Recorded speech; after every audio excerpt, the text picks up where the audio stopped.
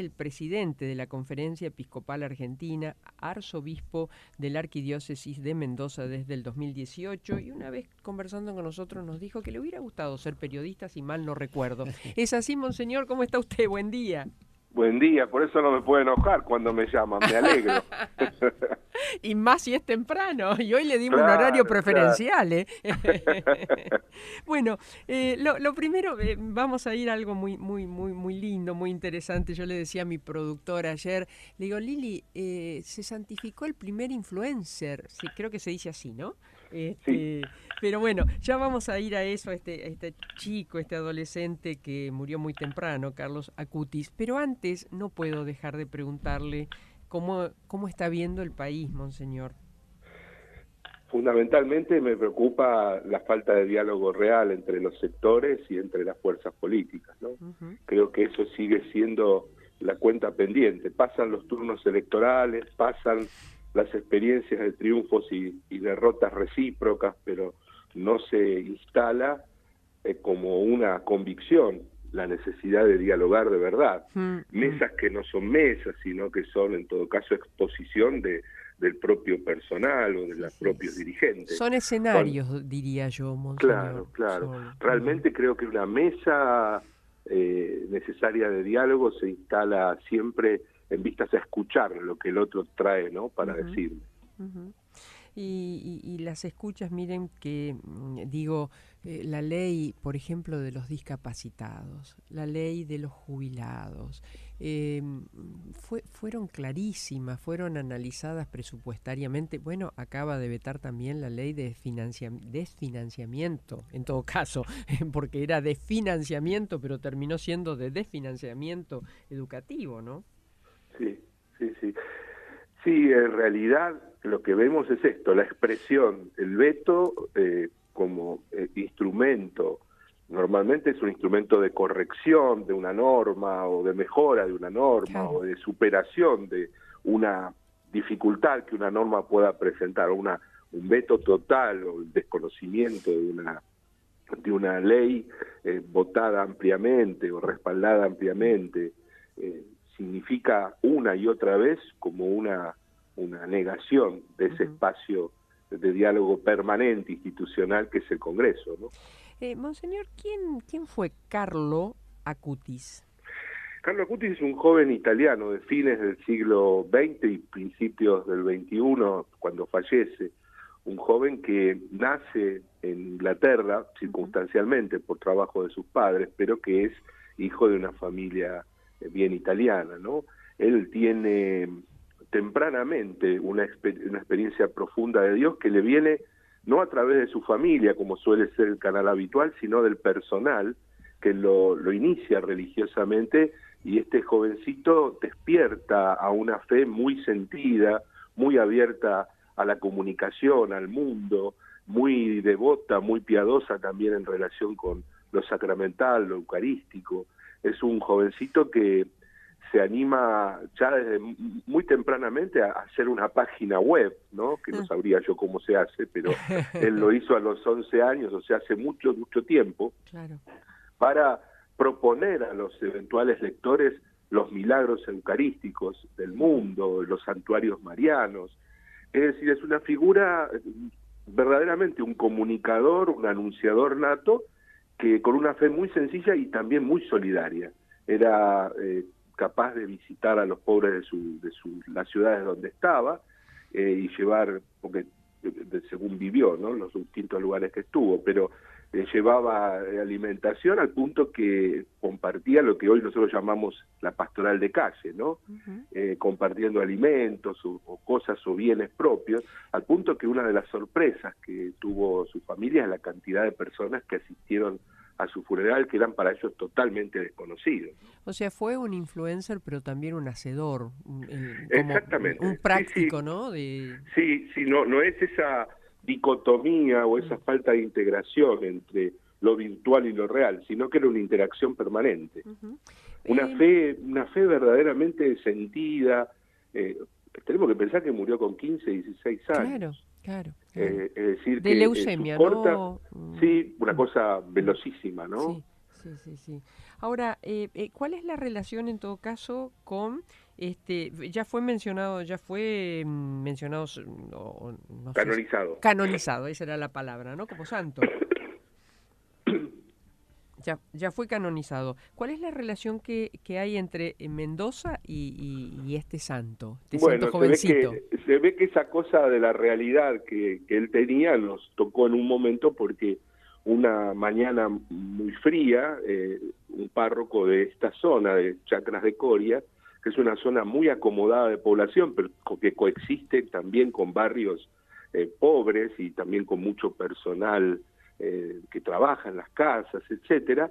El párroco me vino a contar, bueno, dice, mira, estuve confesando varias horas, de Pascua, Semana Santa, me parece que era, y el drama es transversal a todos, el problema de los padres con los hijos, la ludopatía, el tema de los robos que se les roban para comprarse la droga, Mm. y esto y lo otro. Empezó a contar un panorama bastante desolador.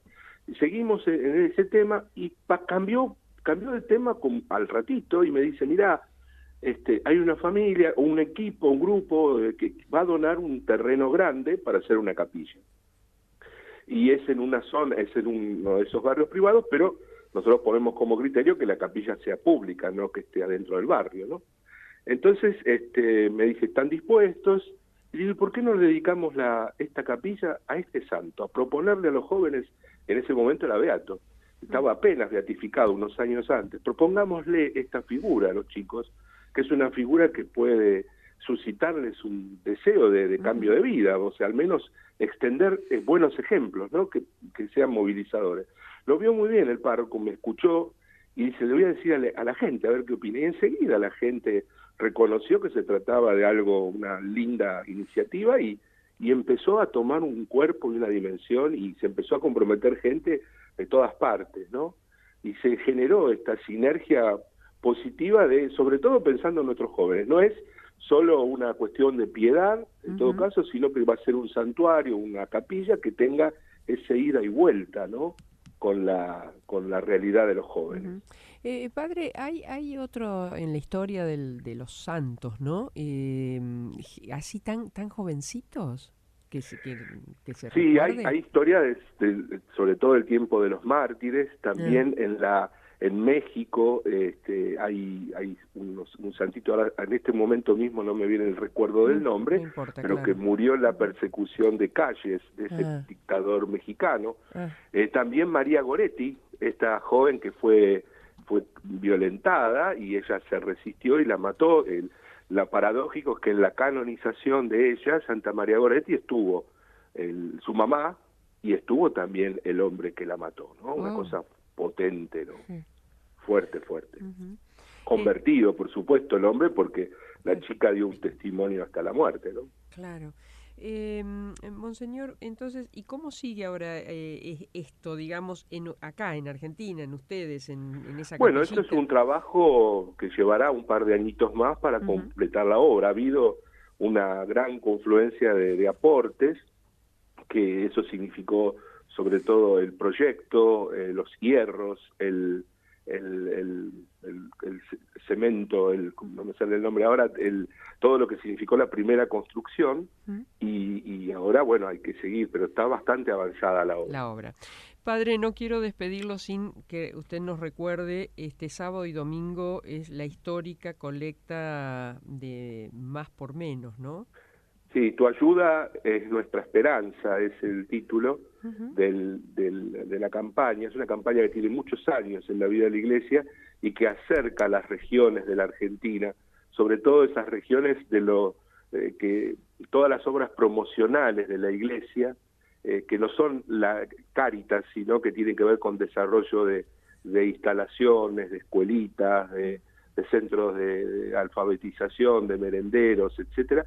Ese tipo de construcciones, de iniciativas solidarias, de ayudas a las regiones más necesitadas, confluyen en esta colecta nacional Más por Menos, que la inició también un santo obispo de Añatuya, Gotau, y que hace más de 60 años sigue esta Ujú. campaña y es uno de los puntales que tenemos. Recordemos que la Iglesia Argentina tiene dos campañas, dos colectas, Cáritas y Más por Menos, que son su sostén permanente. Después no hay otros aportes, salvo lo que venga a veces como ayuda para merenderos o asignaciones escolares, pero eso es otro concepto.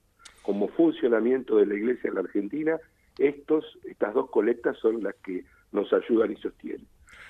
Como cierre, Monseñor, usted que nos cuenta cosas del interior profundo, porque son las necesidades que se viven, tanto de ese párroco que le dijo, sí, hay que hacer algo, porque en el trasfondo es tratar de que los chicos no lleguen a la droga, no lleguen a la delincuencia, encuentren una manera para vivir distinto y para soñar cuando le cortan los sueños, porque la política a veces te corta los sueños. Por eso quisiera, bueno, que usted cierre esta nota como quiere, pero tal vez con un llamado de atención a la acción política, ¿no? Me tomo el atrevimiento de recordar al Papa Francisco, que dedicó este año a la esperanza. Y justamente él decía que en este tiempo de signos de muerte, nos toca a los cristianos poner señales de esperanza. Y creo que los que estamos animados por una convicción religiosa, o inclusive de naturaleza social o conceptual, tenemos que ser capaces de proponer y de animar que es posible una vida mejor para la gente, y que es posible vivir mejor cada uno de nosotros en nuestro conjunto de vínculos y de relaciones.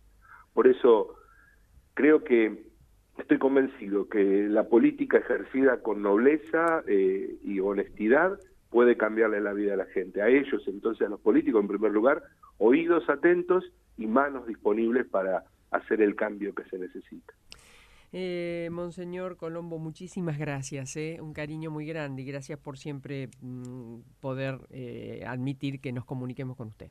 Un gran abrazo y el agradecido soy yo de poder estar en contacto con usted y la audiencia. Hasta pronto. Gracias, Monseñor Marcelo Colombo.